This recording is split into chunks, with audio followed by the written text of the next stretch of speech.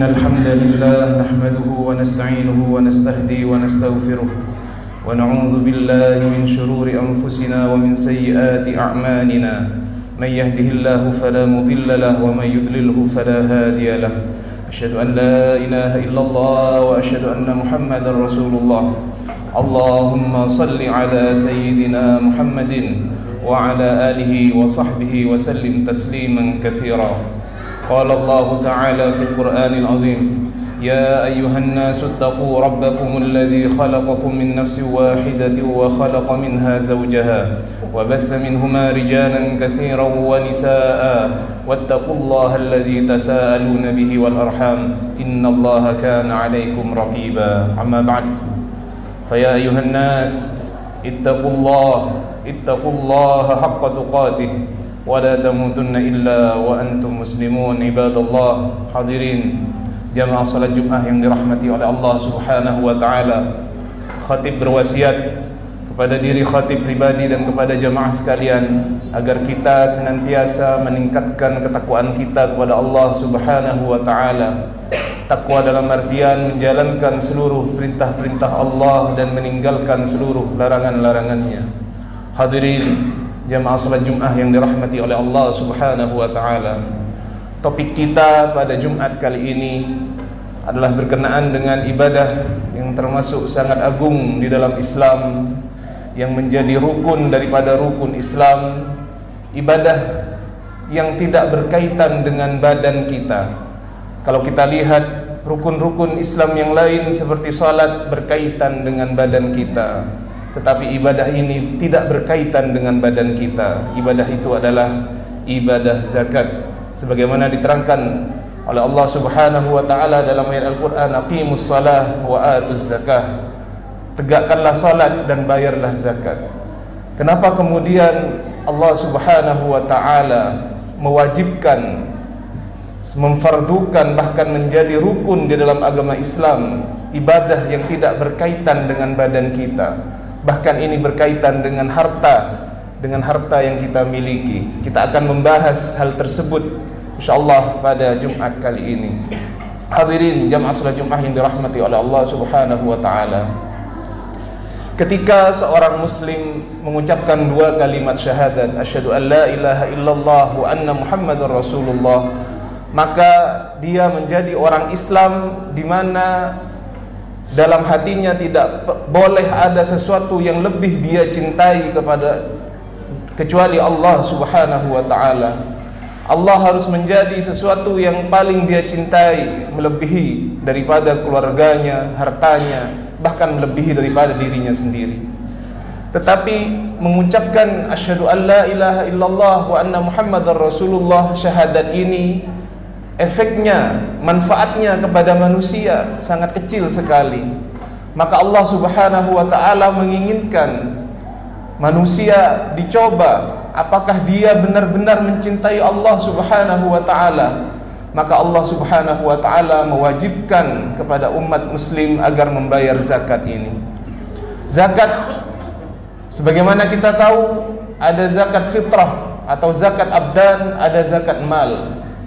Zakat fitrah wajib dibayarkan di setiap bulan Ramadan bagi setiap masing-masing orang yang hidup sampai masuk daripada hari raya Idul Fitri. Adapun zakat mal adalah zakat yang berkenaan dengan harta kita. Orang yang hartanya sudah mencukupi nisab, kadar yang wajib dizakati, dan sudah sampai 1 tahun, maka wajib dikeluarkan zakatnya dengan kadar-kadar tertentu yang dijelaskan dalam kitab-kitab fikih. Namun kenapa Allah Subhanahu wa taala mewajibkan zakat ini, yang sebagaimana sudah kita singgung tadi, tidak berkaitan dengan badan kita, tetapi berkaitan dengan harta yang kita miliki. Allah Subhanahu wa taala dalam hubungan, menjelaskan hubungan manusia, kita sebut ada namanya hablum minallah wa hablum minan nas. Ada hubungan dengan Allah dan hubungan dengan manusia. Maka Allah Subhanahu wa taala dalam zakat ini tidak hanya manusia diwajibkan untuk berhubungan baik dengan Allah Subhanahu wa taala, tetapi juga berhubungan baik dengan manusia lainnya. Salah satu dengan diwajibkannya zakat. Apa yang ada di benak kita ketika kita melihat sebagian orang hidup berkecukupan, hidup dengan nikmat yang diberikan oleh Allah Subhanahu wa ta'ala, tidak memikirkan apa yang akan dia makan hari ini. Semuanya tersedia. Tetapi sebagian manusia yang lain hidup dengan kekurangan. Bahkan dia untuk makan hari ini saja dia harus memikirkan dari mana dia mendapatkan rezeki hari ini. Maka dengan zakat ini akan terjadi takaful ijtimai. Masyarakat Islam semuanya akan hidup dengan kehormatan. Tidak ada muslim kecuali dia mampu untuk kemudian mencukupi kehidupannya sehari-hari. Maka zakat ini selain dimensinya kepada Allah, tetapi juga berdimensi kepada masyarakat, yaitu dengan kita memberikan kelebihan yang kita punya kepada orang yang membutuhkan. Hadirin jamaah salat Jumat yang dirahmati oleh Allah, apakah kemudian harta yang kita keluarkan itu tidak ada bekasnya? Apakah hilang begitu saja? Pernah suatu ketika Rasulullah sallallahu alaihi wasallam mendatangi rumah salah satu istrinya dan beliau berkata, "Apakah ada makanan?" Kemudian istrinya beliau menjawab bahwasanya, "Ya Rasulullah, sudah tidak ada makanan. Semuanya sudah diberikan kepada salah satu orang fakir yang meminta tadi. Maka makanan kita sudah tidak ada." Apa jawab baginda Rasulullah SAW? Bukan begitu. Makanan yang kau berikan itu masih ada. Itulah yang tetap, itulah yang kekal, itulah yang menjadi amal kita di akhirat nanti. Adapun yang kita makan, adapun yang kita gunakan sebagai pakaian, itu akan habis.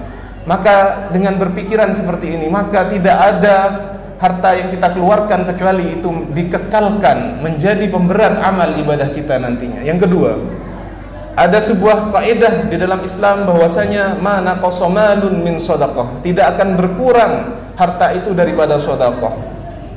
Setiap harta yang dikeluarkan pasti akan diberikan ganti oleh Allah Subhanahu wa taala. Apalagi menjelang daripada hari raya Idul Fitri ini, setiap orang yang mampu untuk mengeluarkan Idul Kurban, baik itu berupa hewan sapi ataupun kambing, maka wajib dia keluarkan. Itu adalah tanda kecintaan dia kepada Allah Subhanahu wa taala. La yanalallahu luhumuha wala dima'uha, walakin yanaluhu taqwa minhum. Allah tidak menerima daging daripada hewan sembelihan itu, tidak menerima darahnya, tapi yang diterima adalah takwa daripada kalian semua. Hadirin jamaah salat Jumat yang dirahmati oleh Allah, demikian khutbah singkat yang bisa saya sampaikan, mudah-mudahan bermanfaat bagi kita semua. Amin Allahumma amin. A'udzu billahi minasyaitonir rajim. Bismillahirrahmanirrahim. Wal 'asri innal insana lafi khusrin illa alladziina aamanu wa 'amilus salihati wa tawashaw bil haqqi wa tawashaw bis sabr. Barakallahu li wa lakum fil Qur'anil 'azim wa nafa'ani wa iyyakum bima fihi minal ayati wa dzikril hakim wa taqabbala minni wa minkum tilawatahu innahu huwas samii'ul 'aliim.